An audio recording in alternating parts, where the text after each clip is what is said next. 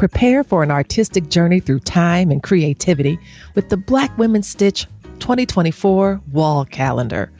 More than a way to track dates, this calendar is a gallery on your wall, celebrating Black women's contributions to sewing, activism, and culture. Every month brings new original Black art ready to inspire or become a future frame keepsake. And that's not all. Experience the joy of creativity with 3 fusible applique designs by the acclaimed illustrator Janine LaCour, creator of the brilliant Black Magic Leopard. The downloadable patterns include tips for fusible applique, which is one of my favorite techniques. Embodying the values of the Stitch Please podcast, this calendar is a year-long celebration of community, creativity, expertise, and Black excellence. Order your Black Women Stitch 2024 wall calendar today and get your stitch together with the year of artistic inspiration.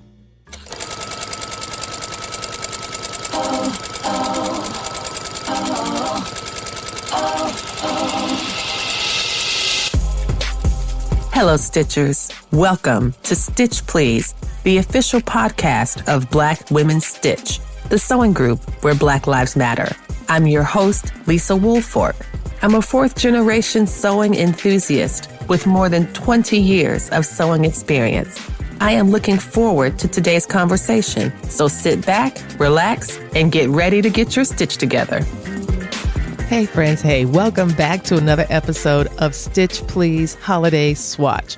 I am so excited to be here, and I am glad that you are here with us. The swatches are something that I really appreciate. As you know, if you want to get in on the swatch game, you should join the Black Women Stitch Patreon because there are downloadable swatch cards that come as a benefit for Patreon supporters. I like swatch cards because I'm a nerd, and I like keeping records of the fabrics that I buy and that I use. So when I look through my swatch card rings or my collection, not only can I tell exactly what I have and where it's located, I also get this wonderful, warm, fuzzy memory of buying the fabric in the first place and all the plans that I had for it. And some of these plans have come into fruition and some of the plans have turned into other directions. But either way, it's still really cool to kind of go back and say, oh, look, this is what I have. And that's because a swatch is a representative of a whole. It is a way that we can test out our fabrics, the way that we can determine what threads you want to use. It really does make sewing easier, I believe. But for our purposes, the Stitch Please podcast holiday swatches are a way to hear from the beautiful community that comprises the Stitch Please podcast listenership. So without further ado, we are going to turn to those folks from our community who have generously agreed to share their stories with us, the stories of their rich holiday traditions. Well, hello, everyone. I'm Neci Harmon, and I'm a sewist. I love to do that. My social media handles are at What's She Creating. That's WHATSSHE Creating. I'm on Instagram, Facebook, TikTok, and probably everything else, YouTube especially, yes. So thank you all for inviting me to this show. I want to talk about crafting during the holidays. So one of my favorite things to do during the holidays is actually to make gift items for all the family members, or at least try to. In the past, I've created shirts where my family name is Lovelace, and so I made Lovelace clan shirts with a little Virginia craft, little picture of the state, and I gave them to a lot of family members one year. I don't know if everyone wore them though, but I know I wore mine and my son wore his, and that's one of the examples of some of the gifting ideas. Now, I've made bags for a lot of the ladies in my family. I've made other accessory items like little change purses and things. My favorite thing to do, and the way that I give and the way that I guess love on people, is to give them things in which I've created. Now, like I said, I don't know if they really like it or if they wear it, but sometimes I will see them pull out a random bag that I made. I'm like, oh my gosh, that's my bag. And then I take a picture. I'm like, do this for the socials. So that is something that I think is amazing. Just to be able to create something that you haven't seen in this earth before, and then you're able to give it to somebody. So if they like it, that's great. If they don't like it, re-gift it or give it to somebody else. But don't tell me that you didn't like it. Some of the things I used to do as a child, my mother always bought me some type of craft kit when I was younger. So I always did some type of craft kits, and then she will always ensure that we created like gingerbread houses and different things. So we do that now with our children. All of us get together and we buy gingerbread houses and let the kids kind of craft and eat candy and things like that. And that's something that's really amazing. Sometimes when I get together with my family, we do other little art projects also. And this doesn't have to necessarily be during the holidays. I'll get some pillows and we'll paint pillows. And we did that in the summertime, and the people loved it. They were like, oh my gosh, when are we going to do this again? And I thought that was a great way for us to stay together, be together, have fun, listen to some great music, and enjoy arts and crafts. So those are some of the things that I enjoy doing, and some of the things that I do during the holidays that are amazing. Thank you so much for allowing me to come on and be a part of this podcast episode. Hi, my name is Aaronica Cole, and you can find me on these internet streets at theneedleandthebell.com, Needle in the Bell on both TikTok as well as Instagram. You can also find me at Aaronica B. Cole & Co. on YouTube, where you can catch me celebrating Vlogmas right now. So as far as holiday sewing traditions go for me, I feel like this year I'm actually creating a new tradition, which is doing costumes for the Nutcracker. I have dancing children, and one of the things as a mom that I love doing most is, of course, showing up for them in all ways that I possibly can. So that does include costumes this year, but our favorite thing to do is participate in the school's spirit weeks before the holiday season, which of course normally takes up wearing winter whites or doing the ugly sweater contest and things like that, which means that mommy is in overdrive making all of the school spirit weeks happen. Because listen, when you have kids, we don't keep winter white on hand, so we do have to make those fresh from scratch. But outside of that, we do have a holiday party, which I love to create for. We invite all of our friends and family to come and join in with us. It's an every holiday cliche party where I, of course, will handcraft different gifts to give away to people, as well as cookies and things like that.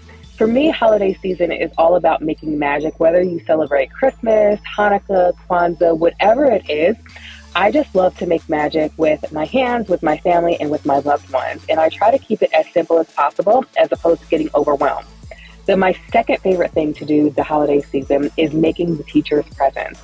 I know that some people don't love handmade gifts, but I have to say I make some of the best gifts and most functional gifts. Last year, our teachers got all really useful bags, and this year I'm cooking up something special for them. So I hope that they really enjoy it. But that's about it. Now, we do some holiday jammies, but I don't make all of those because there are 5 of us, and that's a lot of pajamas. So I like to upcycle previous year's pajamas and turn them into something new for us to bring in the holiday season with. And that is it for me, keeping it simple this holiday season.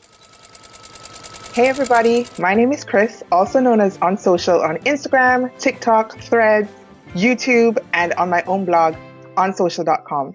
So I'm your average island girl, and I'm here to share my Christmas sewing traditions with you guys. So my Christmas sewing tradition is actually to make bags. Every year at Christmas time, I am somehow inspired to make handbags. So it started in 2020 in the midst of the COVID lockdown. And I started with the Kylie and the Machine Ida clutch in 2020. I made a couple of those. Then in 2021, I switched to a new pattern designer. Her name is Kate Eva Designs on Instagram. And I went ahead and made the Pizza Bow bag in 2021. Then in 2022, I hopped onto Incomplete Stitches Apex pouch bag. And you guys, I was totally obsessed with that bag. I think I made at least a dozen of them in 2022. And then this year, I have gone back to Kylie and the Machine, and I have been making the Kylie and the Machine Arch Bag, which funnily enough is the same bag as the Ida clutch from 2020, but she has revamped it and it's now under a new name. So this year I've been working on the Kylie and the Machine Arch Bag. So along with making my own Christmas dress for myself and for my daughter, my Christmas tradition is just bags, bags, bags. I think they make the perfect accessory, and hint, hint, they make the perfect gift, you guys. You can give somebody a bag. You don't have to worry about size. You don't have to worry about measurements. You sew up, wrap up, and go. So that's my sewing Christmas tradition. Hey friends, hey. I wanted to pause briefly and take a moment to thank those who make the Stitch Please podcast possible. To our Patreon subscribers and Act Blue donors, thank you.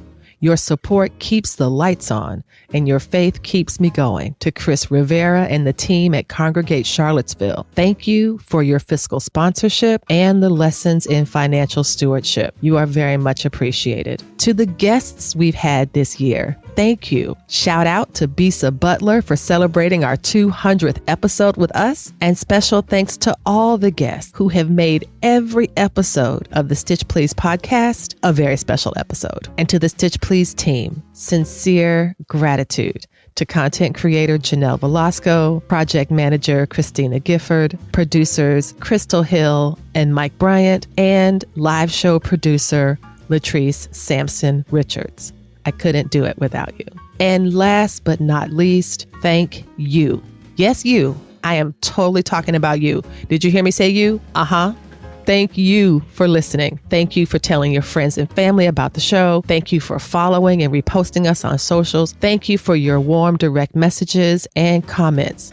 Thank you for being the best group of Stitchers I could ever have hoped for. Thank you. Hello, hello, hello. My name is Tanisha Robertson. I am the hands, face, and crafty inspirationalist behind Yes, I Made It, known as Yummy Crafts in the social media street. You can find me on all of social media using that handle. A little story about my Christmas sewing tradition is actually that I don't sew at Christmas. I sew leading up to Christmas, but once Christmas hit, it's time for family. Unless my niece absolutely wants to sew with me, then I'm whipping out everything for any of my nieces and nephews. I will sew all day. But typically I sew from December 1st till about the 23rd of December. During that time, I make gifts. I make purses, bags, backpacks, wallets, Christmas stockings, scarves, table runners. That's pretty much my Christmas tradition up to Christmas. But the week of Christmas, it's all hands on deck with family. One of the things I started last year was 12 days of Christmas. So beginning on December 13th, I start telling you different gifts that either the sewist in your life would love, or something that as a sewist you would want to purchase for yourself, because we're allowed to give ourselves gifts in case you were not aware. Other than that, my Christmas tradition is I'm known as the Cookie Monster. I make cookie dough for my entire family, and I freeze it and then deliver it in containers to all of my family, who proceeds to go through it in 2 days and ask for more. So usually beginning at Thanksgiving, ending at New Year's, I am making cookie dough. But as for to keep it sewing related, I stopped December 23rd. But please follow me on social media so for this year's 12 Days of Christmas. Hello, everyone, and happy holidays. My name is Jaszmine Howard. I'm coming to you from Maryland in the USA, and you can find me on Instagram and TikTok at Jaszmine Howard. My name is spelled, a little different, a little uniquely. It's JASZMINEHOWARD, and that's on all platforms. But you will find me on Instagram mostly seeing my makes, inspiration, and things like that. My holiday traditions have changed a little bit over the past couple of years, but one thing that remains true throughout all of them is that there's a lot of planning in the traditions that I have. When I was thinking about what my holiday traditions are, I think stems from me growing up as a military brat. And so I didn't get to have one central location where I always was. I was constantly moving. And so because of that, a lot of things had to change constantly.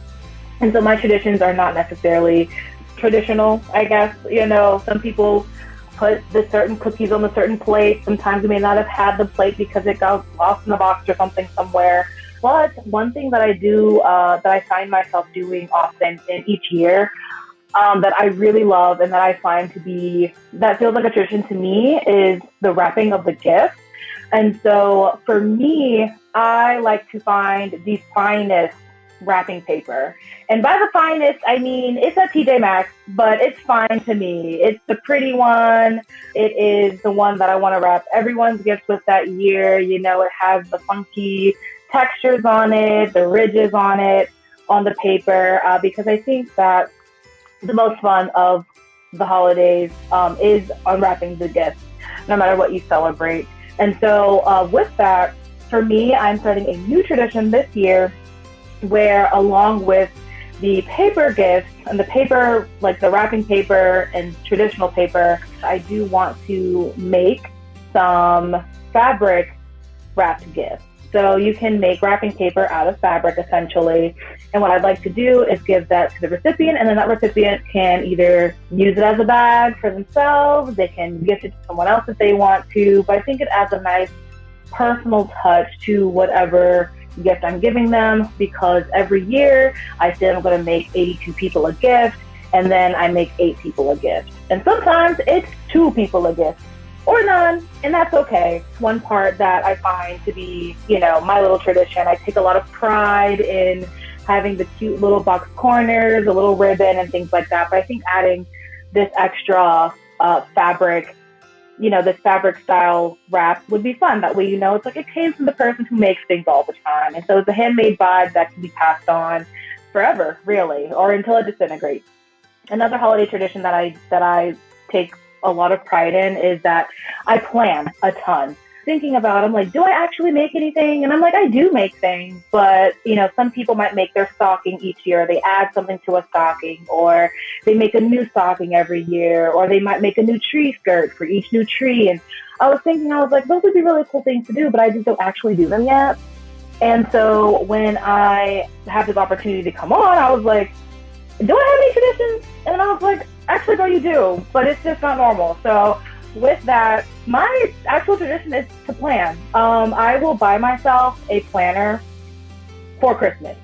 Everybody likes to get their new year started right and everything like that. So for me, my planning is not just my personal planner where I take my time and figure out the details, and sometimes it's very, you know, specific. This past year I had one that was completely customized, and I love that. But one thing that I do like is I like to look around for sewing planners.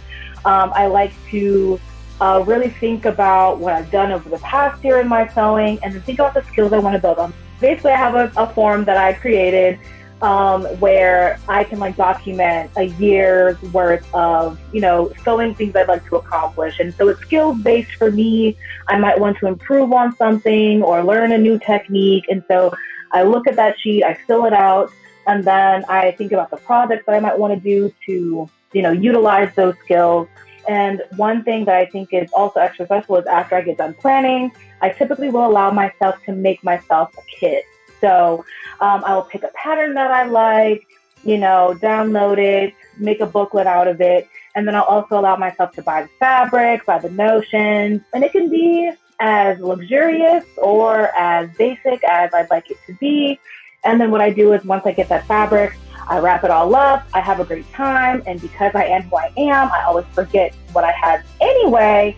And so by the time Christmas rolls around, I'm able to open it up, and I'm like, oh my gosh, a whole kit for me to make this thing that I planned on making a month ahead or a few weeks ahead. And so that's one thing that I would find to be my one thing that has remained a constant over the past, I would say about 3 or 4 years. And I think it always just helps me keep that extra spark of joy. It makes me feel really good going into the new year of sewing and things like that. And me personally, I celebrate Christmas, and recently I have started celebrating Kwanzaa. And so for Kwanzaa, one thing, a lot of these are Christmas traditions that also lean into Kwanzaa. Kwanzaa is where I'll typically buy my little gadgets and things like that for myself. But one of my main focuses when I am celebrating Kwanzaa at this time is also, really supporting the Black businesses, finding Black, but it could be anything. It's really supporting Black people as a whole. So maybe it's a new blogger, maybe it's a new vlogger, maybe it's a YouTuber, maybe it's joining a Patreon, maybe it's, just finding people who do what I do or not do what I do, that are, that look like me, that have some similar experiences that I can support. So my first year of doing Kwanzaa was a year ago, and last year I really was focused on finding Black-owned businesses that cater to my basics. A lot of us, we love to support Black biz, love it all day, every day, but I'm like, is there a Black, or is there a Black business owner that makes toothpaste? Is there a Black business that, sells, toilet tissue, that kind of thing? And so this year for Kwanzaa, my focus, at least in the sewing space, is to find more fabric shops that are Black owned that might match more of my aesthetic, to find Black businesses and to support Black creatives in that way, and to have that be my thing. So that is me and my holiday traditions. Thank you all for listening. Again, I'm Jaszmine Howard. I hope you have a happy holiday, a safe new year, and have a good day. Bye. Thank y'all so much for taking the time to be with us today. I cannot wait to see what you make this holiday season. Don't forget to tag us at Black Women Stitch and use our hashtag Stitch Please Holiday Swatch and Stitch Please Swatch. You've been listening to Stitch Please, the official podcast of Black Women Stitch, the sewing group where Black Lives Matter. We appreciate you joining us this week and every week for stories that center Black women, girls, and femmes in sewing. We invite you to join the Black Women Stitch Patreon community with giving levels beginning at $5 a month. Your contributions help us bring the Stitch Please podcast to you every week. Thank you for listening. Thank you for your support, and come back next week and we'll help you get your stitch together.